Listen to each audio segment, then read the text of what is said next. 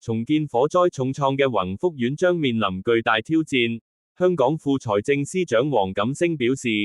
由於涉及複雜業權回購及法律問題，要喺原址重建宏福苑將非常困難。呢個屋苑原有1984個單位，上星期政府向業主發放嘅問卷顯示，即使進行原址重建，整個過程可能要長達10年。黃錦星指出，重建前政府必須妥善處理所有業權及法律事宜，估計興建大約需4至5年，拆卸工程約1年半，而處理單位業權同法律問題就可能要3年時間。政府問卷提出9個方案，包括原地重建、遷往大埔其他地區或其他區域，以及業主回購選項，例如現金補償或換樓。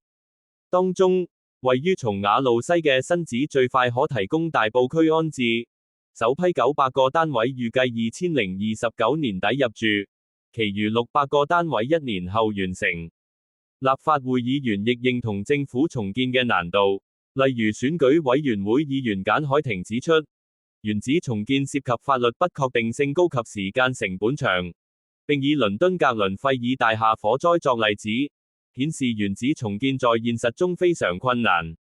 財經界議員陳朗日則認為，以宏福苑火災前市值作現金回購，會俾業主最大彈性同自主權。